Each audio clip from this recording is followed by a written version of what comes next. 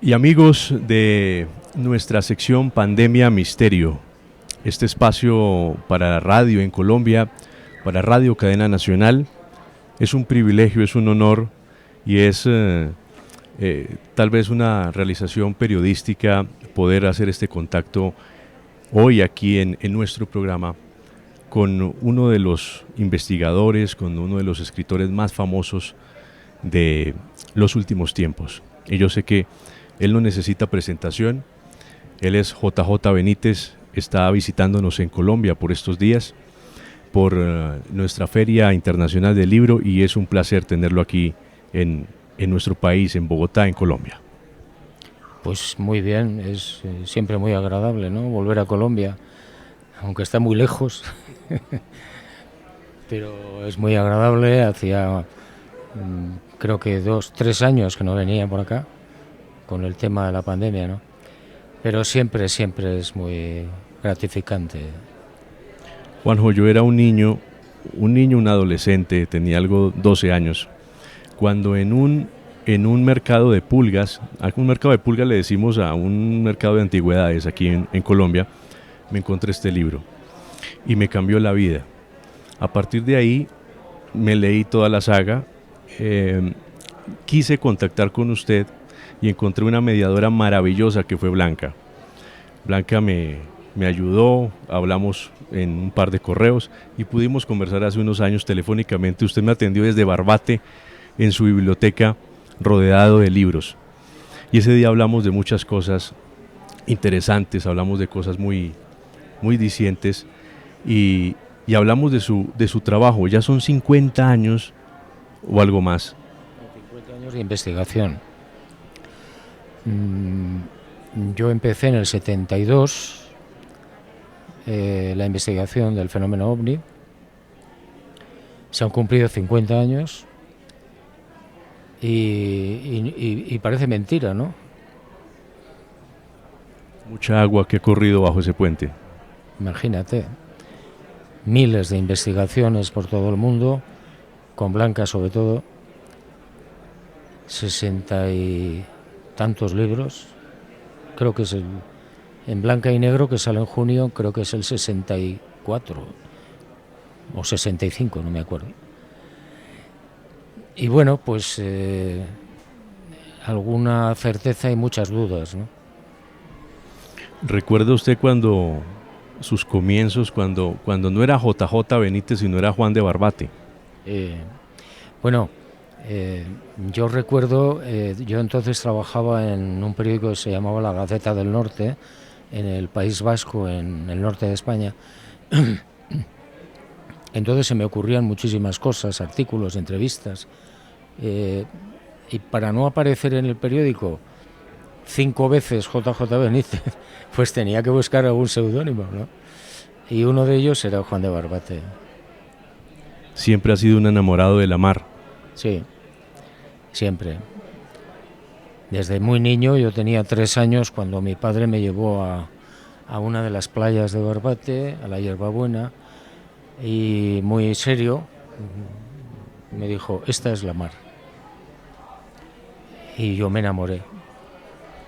Tal vez conocemos, porque el ser humano siempre ha puesto sus ojos al cielo buscando explicaciones de todo lo que ocurre allí, pero también creo que nos hace mucha falta conocer la profundidad de la mar.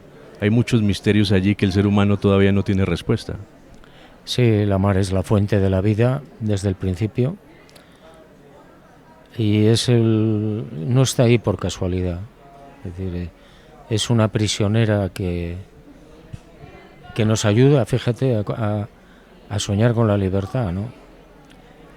Y que la gente no tiene demasiada idea ni concepto de lo que representa, de lo que es, de lo que significa y de lo que significará. Juanjo, desde muy pequeño tú fuiste enamorado de las estrellas. Sí, yo me acuerdo que cuando era un niño yo iba los veranos a Barbate a veranear y teníamos allí una cuadrilla de amigos, 8 años, 9 o 7, no me acuerdo. Y nos sentábamos por la noche en la puerta de una de las casas y nos dedicábamos a contar estrellas.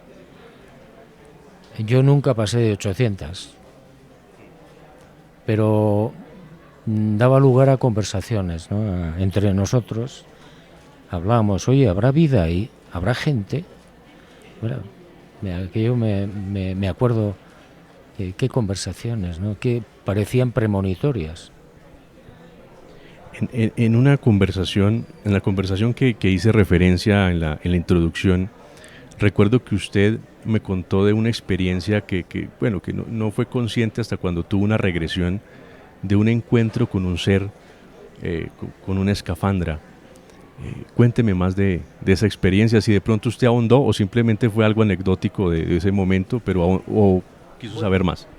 Yo tenía, eso fue en mayo del año 52, iba a cumplir 6 años en septiembre, y yo me acuerdo que fui con mis padres a un pueblecito, una aldea que se llama Urdax, que está en el norte de España, muy cerca de los Pirineos y de Francia. Y bueno, yo salí un día del cuartel donde nos alojábamos, que era el cuartel de la Guardia Civil, donde habíamos ido a alojarnos porque uno de los guardias era amigo de mi padre, ¿no? Y salí a jugar a un río pequeño que pasa por allí, ¿no? Y de repente se echó encima una niebla muy espesa. Yo me puse de pie, medio me asusté, no entendía muy bien qué estaba pasando, y recuerdo que desaparecí durante 3 horas. Aparecí en el pueblo, que está como a 300 metros, estaba a 300 metros, en el interior de una casa que yo no conocía, todo el mundo buscándome. Mi padre me echó una bronca impresionante y ahí se quedó la historia. Es decir, yo nunca entendí qué había pasado. Es decir, a ver, si yo estoy en el río, ahí en la orilla del río, ¿cómo aparezco en el pueblo, en una casa, 3 horas después, todo el mundo buscándome? 40 años después, en un viaje que yo hago a Estados Unidos, coincido con una médico experta en hipnosis y sale el tema. Y ella me dice, ¿tú quieres que yo te haga una regresión? Digo, bueno. Y entonces Blanca grabó la regresión, y en esa regresión lo que aparece es que de esa niebla que yo veo, que me pongo de pie, aparece una figura de alguien, un hombre, un tipo, con una escafandra tintada. Yo nunca vi el interior de la escafandra. Me agarra por la muñeca izquierda y me lleva a un sitio que no identifico. Bajo unos escalones de piedra y allí había como, quizás lo más aproximado era una gruta, una cueva, pero no lo sé. Había como una bañera de piedra, como un sarcófago de piedra, con luces en el fondo. Me coloca en el sarcófago, yo me acuerdo que jugaba con las luces, las pisaba, y en un momento determinado, que no sé especificar, me agarra, me saca de la bañera y me abraza. Y me deja otra vez en el río. Entonces es lo único que te puedo decir, porque no sé más. Bueno, pero muy interesante. No cabe la posibilidad de que haya sido, porque usted es un elegido para traer el mensaje que trajo, haya sido como una especie de iniciación, no sé.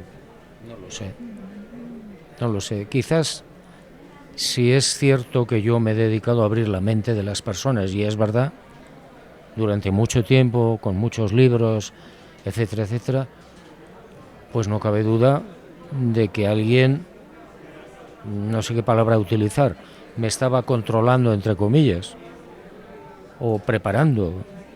Bueno, pues ese episodio de Urdax quizá podría encajar en ese tipo de preparación o de programación para algo que sucedería mucho después. Pero claro, yo en ese momento tenía 5 años y pico. Yo hasta el año 72, es decir, fíjate, 20 años después, es cuando empiezo. Y nunca me había preocupado ese tema. Nunca. Ni sabía nada. Bueno, sigo sin saber, pero... Bueno, hemos aprendido que no existe la casualidad, sino la causalidad. Y son un encadenamiento de hechos que desencadenan en algo y uno después, con el paso del tiempo, uno entiende el porqué de las cosas. Sí, claro. Es decir, la mayor parte de la gente, el 90% o el 99%, no se para a pensar, ¿no? ¿Por qué pasa esto y aquello? Y no les preocupa, están ocupados en otras guerras, en otras películas, pero si analizas con un poco de minuciosidad cualquier vida, da igual, cualquiera, te darás cuenta de la cantidad de sucesos que le suceden a esa persona y que no puede ser fruto del azar, sino que es algo perfectamente establecido, dibujado para que suceda. Eso es lo que a mí me lleva, después de mucho tiempo, a pensar que todo está dentro de un orden, pero que no lo comprendemos o no nos interesa. Claro. ¿Usted está convencido de que existe vida física después de la muerte? Al 150%. Estoy convencido, primero, por las investigaciones que yo he llevado a cabo y que sigo haciendo desde hace muchos años. He reunido más de 1000 casos, no los he contado, pero son más de 1000, de personas que han visto, que han hablado, que han tocado a personas muertas, que no se conocen entre sí, que no saben unos de otros, que viven en puntos muy alejados. Es decir, no tiene nada que ver lo que te cuenta una persona en Colombia, en Bogotá, con un tipo que te cuenta lo mismo en yo qué sé, en el Tíbet o en Europa. Entonces, por un lado, esa información que a mí ya me hace pensar que efectivamente hay vida después de la muerte. Y luego las experiencias mías personales,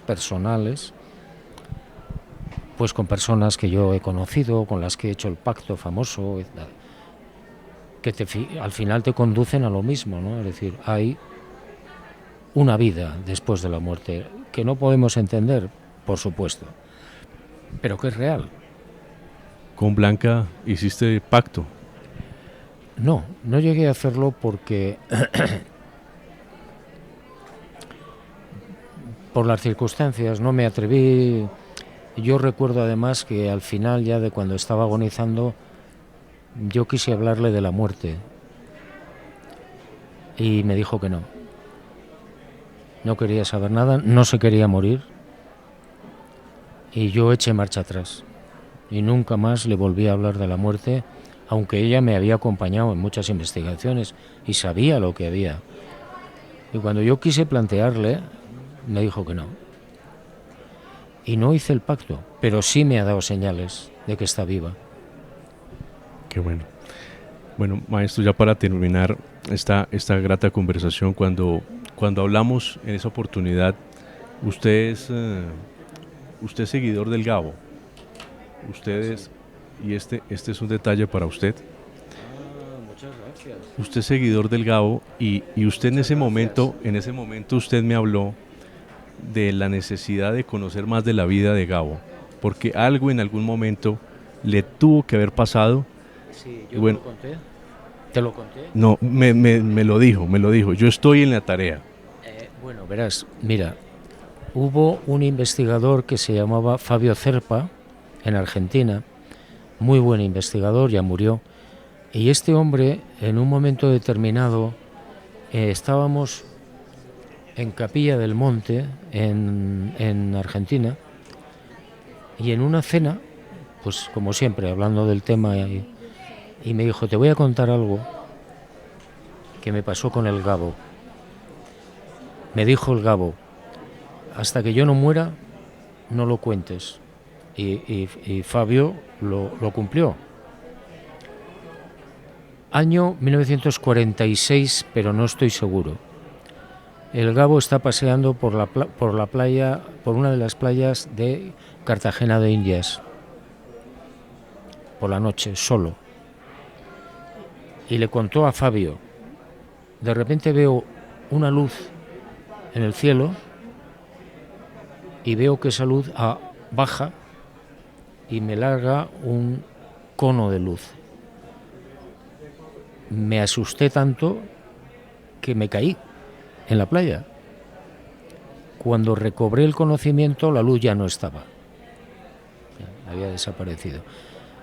Y entonces Fabio Cerpa y yo llegamos a una conclusión: no sabemos cuánto tiempo estuvo desvanecido el Gabo, pero es curioso que a partir de esas fechas él empieza con sus grandes libros. Y claro, no es seguro, pero es una sospecha. ¿Qué le pasó al Gabo? ¿Lo metieron en la nave? Y si lo metieron en la nave, ¿qué le hicieron? ¿Lo programaron? ¿Qué pasó? Esa es una historia que él me contó hace ya tiempo, ¿eh? Y Fabio murió en el 19, si no recuerdo mal, o en el 18, no me acuerdo ahora. Y me dijo: cuando yo muera, si quieres, públicalo. Ya había muerto el Gabo, murió Fabio Cerpa y lo publiqué, pero no ha salido a la luz todavía, si no recuerdo mal, porque en Mis Primos creo que no está, creo que es algún libro que se va a publicar, que está escrito. Y a mí aquello me impresionó mucho, porque el Gabo no tenía por qué montar esa historia ni inventarse nada, y le pidió a Fabio que no se supiera. Y hay episodios sumamente extraños en el que Gabo era sonámbulo y despertaba, se acostaba en un lugar, despertaba en otro y sufría de pesadillas, y en las pesadillas a veces le dictaban los personajes. Eso está, los amigos aquí en Colombia saben de eso. Y yo no, estoy en publicarlo. Deberías escribir eso. Sobre todo sabiendo lo del 46, que no estoy seguro, y Fabio tampoco recordaba bien porque no tomó ni notas. Fabio me dijo, coincidimos no me acuerdo si fue en Cali o en Medellín, no me acuerdo en qué sitio, coincidió con el Gabo. Fabio Cerpa tenía una representación teatral donde hablaba del tema OVNI, proyectaba diapositivas, y asistió el Gabo. Y se fueron a cenar. Y ahí es donde el Gabo, a título personal, le cuenta a Fabio Cerpa lo de la playa. Qué interesante. Algo le pasó ahí. Bueno, si usted me lo autoriza, maestro, parte de mi investigación yo se la quisiera compartir en el momento que ya la tenga. Por supuesto, me encantaría. Con Iván he tenido cierta comunicación, con tu hijo. Sí. Entonces a través de él podría... Que es la que lleva ahora mi correo electrónico. Bueno, correo electrónico de Blanca. Blanca.ro, que tú lo tienes, @gmail.com. Ahora lo lleva Lara, que es una hija mía. Perfecto. O sea, que si quieres ponerte en contacto, le envías el correo y ella me lo pasa. Maestro, siempre ha sido un placer y es un honor. Espero que disfrute el libro. Suerte. Muchas gracias.